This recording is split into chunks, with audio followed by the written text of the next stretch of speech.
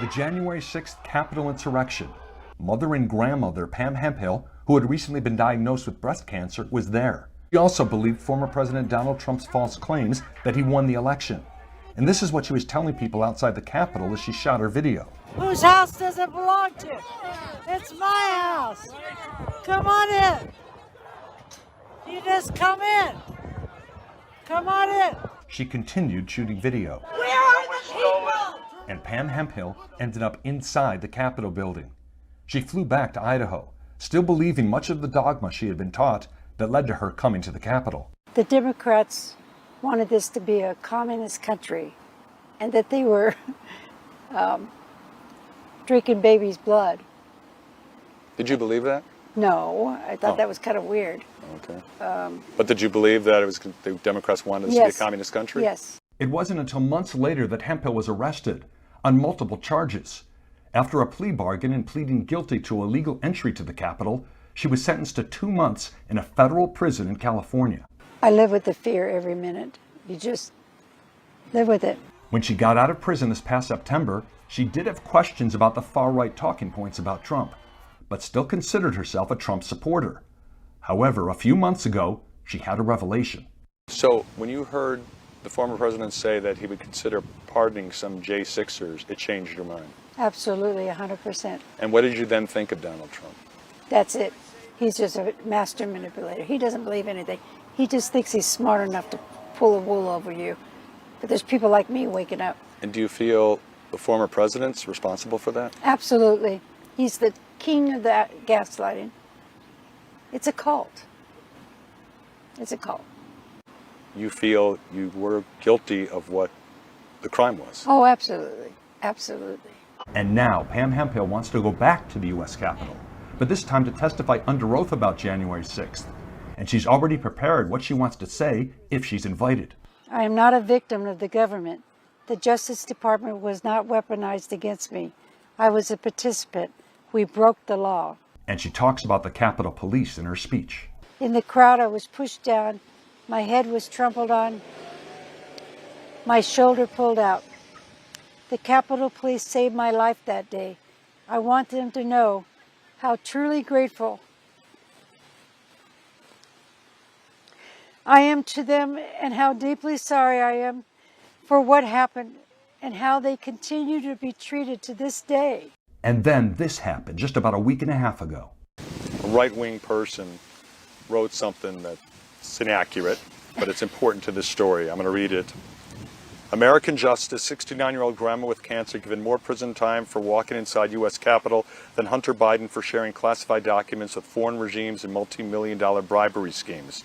And then Donald Trump shared it on his Truth Social with the comment, horrible.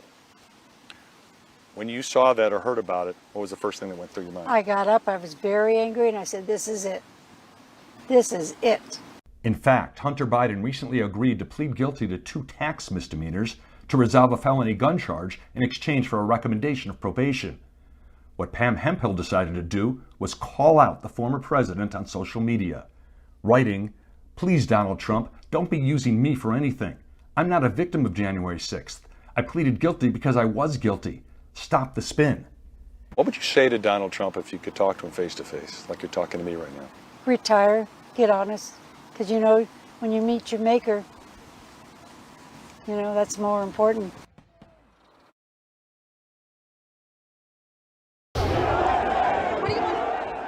January 6, 2021 was the greatest day of my life. Why?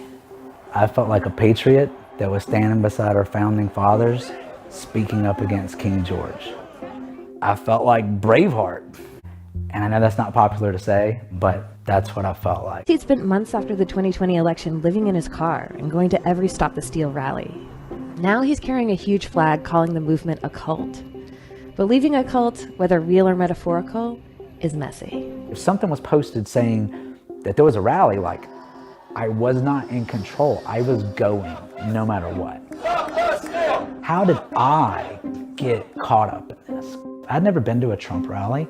You know, I wasn't one of those people. And the crowd is going wild. The movement was growing. There's mountains of evidence. This election was a fraud on America. Sidney Powell is going to come up. Everybody felt like she is the one that is going to unveil all the evidence of election fraud. But the people that were giving evidence of election frauds, it was the same message that we had heard a day before or weeks before, but it was like, it's coming. It's going to be revealed, like just keeping us holding on for the next breath. All that energy was released on Jan 6. Then just some crazy fight scenes started happening. Did you think, are we the bad guys? I thought this doesn't end well. What made you realize this was a cult? So after January the 6th, I came here and I kept mumbling, I feel like I just got out of a cult. Though he calls it a cult, he still believes much of the cult's propaganda, and he still excuses its actions. It was a lot of self-analysis to get over the trauma of January 6th itself and the things that I saw on both sides. Yeah, I don't understand how you cannot pick sides after what happened. Like, this seems like a really clear side. The things that I saw were bad, regardless of which side you're on, is what I'm saying. There's nothing illegal about watching a fight that's happening. That's not illegal. Well, when you're part of a mob that's storming the Capitol. I was saying, setting aside illegal, what about moral? But I wasn't doing anything wrong. Like, You were part of the crowd. Your very presence was giving them support. You were part of the crowd as well. I was a journalist. They were screaming in my face. I'm just a citizen just standing there yelling. But like, I feel like we're getting sidetracked. I mean, I think actually this is really at the heart of the question is, this is the problem of a mob. It absolves people of their moral culpability. You're like, I was just one person. Oh, well, I want to be clear. The people that actually, had physical confrontations with police officers, they should be held accountable for that. Do you think the leaders who made these promises that they couldn't keep, that there would be evidence that would change the results of the election, do you think they bear responsibility for the mob that stormed the Capitol? No, I don't. They created a grassroots movement that was Stop the Steal. I realized that I had been addicted to politics. I had created this reverence for the leaders of Stop the Steal. I felt like I was, which is more than ironic looking back, helping prevent a second civil war. And this is just... He's writing a book that he says will help people who got addicted to Trump the way he did. So we followed him around a Trump rally to see if he could get through. How you doing, Patriot? Good. I know you don't remember me. I saw you several times last year. Right now, it's like a drug because I'm going to get one of these patriotic t-shirts. Keith was nervous that he'd get yelled at and rejected by the people who were once his allies. And that is what happened. I was at the Capitol on January the 6th, and my book is about all the stuff that I saw at all the Stop the Steal rallies, and then how... Contacted by the FBI? Not yet. He's a Fed. I get that a lot. Because it's true. CNN? Yeah. No, I have nothing. I mean, that is the definition of fake news. I don't care about your book, and I prefer you just go, like... How'd that go? Wow. Are they in the cult? So, first of all, just their demeanor. Yes. And the way that by my flag and by CNN, how they were just completely triggered. I guess I feel like I'm going to take incoming fire from both sides as the marketing continues. Have you just switched from the cult to being a grifter? I'm losing money by doing this, honestly. I can have a great business career doing something else. I don't have this big political message that I'm trying to promote. I'm not out here trying to make a bunch of money. I mean, if I make money, that's cool. I've taken a year of my life writing this book. But if you're not here to make a political point, what's the point at all? My point is I'm doing this to look out for people. I met people on my Stop the Steal journey that lost their job because they were going to go to the rally no matter what. People that were estranged from their family, whether it's politics or something else, don't get so caught up that you're not making your own decisions anymore.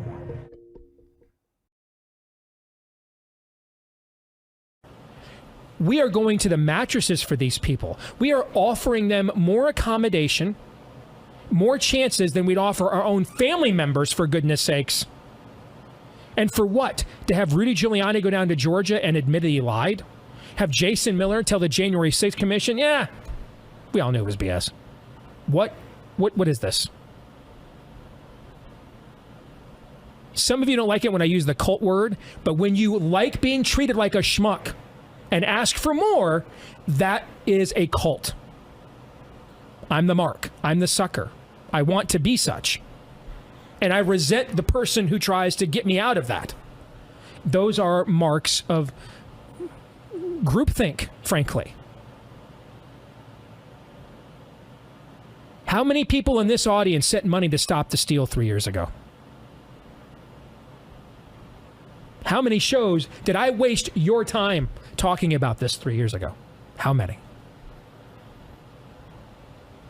I went to the mattresses on COVID and the election fraud issue, only to have Rudy Giuliani say, yeah, I was lying, and Jason Miller say, oh, we knew it was all BS. All the best people, Steve.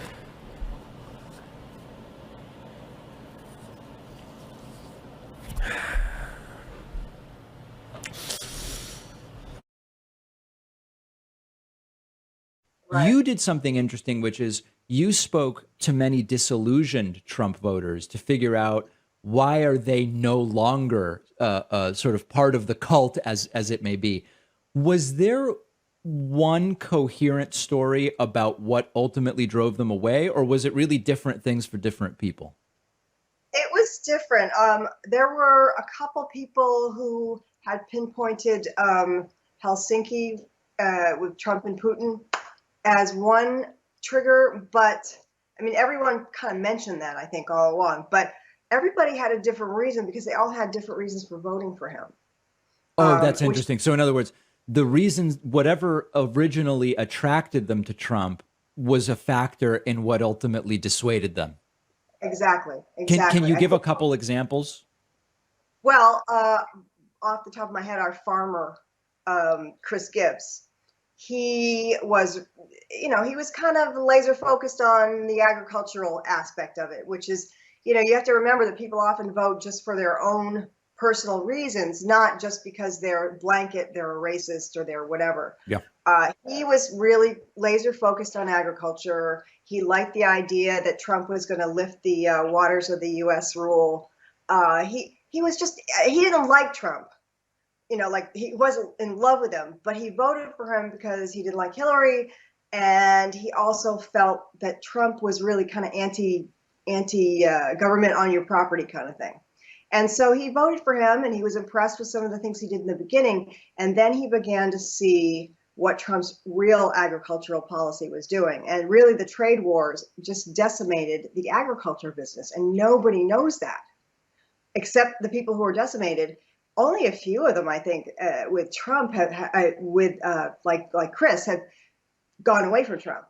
But he was watching it very carefully. He had actually worked for the Department of Agriculture as a farm bill guy, and he just was disgusted with it. And then he kept hearing Trump lie and lie and lie, like saying that China's paying the tariffs, and he just broke. It was it. That was it. Talk about the Jewish woman you spoke to and how her views changed. I think that she was a Brooklyn girl, and she was the head of the Brooklyn Young Republicans. In fact, she'd revived the club. And she was extremely Republican. She was really dedicated. She was very young when she got into it, but she was blowing people away with what she could do and what she knew. And she hung out with those Turning Point people and, all the young Charlie Kirk type Republicans. Yep. And she was a really, really a true believer in Trump. Absolutely. She worked, to help get him elected. She worked on Republican campaigns in New York. And she went to rallies. I mean, she talks about the rallies as being like a very unhealthy drug, where everybody sort of got even more in his thrall, the longer the rally, the longer they waited in line, in fact.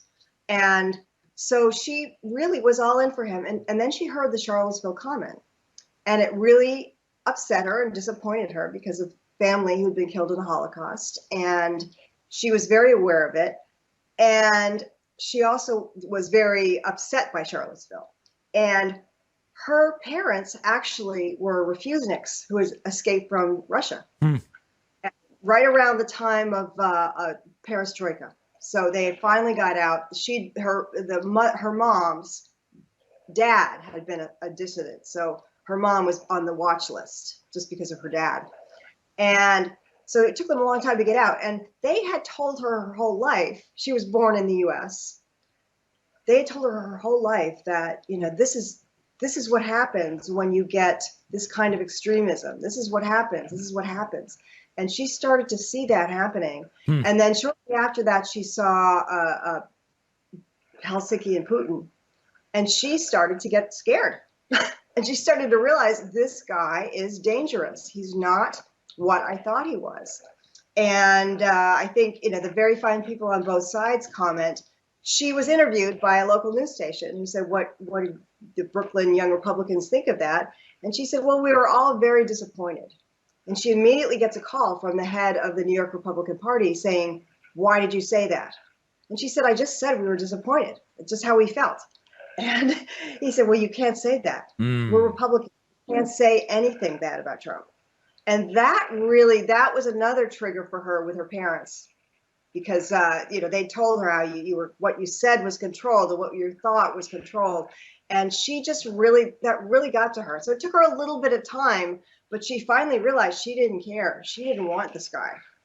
The evangelicals had different reasons. One of them was the Liberty University grad. He had lived all over the world with his parents who were teachers internationally. They had taught in South Korea, they taught in Saudi Arabia. So he had a much more global perspective.